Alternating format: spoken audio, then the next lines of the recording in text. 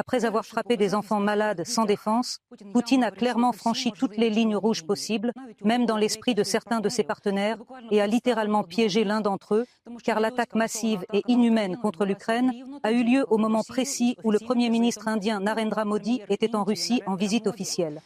La photo de ces câlins et avec Poutine, le 8 juillet, a fait le tour du monde et a soulevé de nombreuses questions.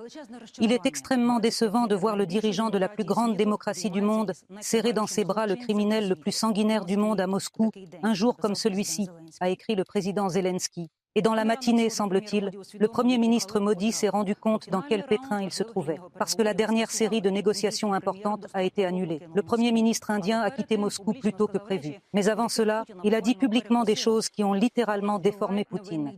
Lorsque des enfants innocents sont tués, le cœur est ensanglanté. Les bombes et les missiles ne peuvent pas apporter la paix, et c'est pourquoi nous condamnons fermement toutes les formes de terrorisme, a déclaré Modi. Et regardez la réaction de Poutine au même moment, les yeux baissés, les jambes nerveusement agitées. Il caresse son crâne chauve.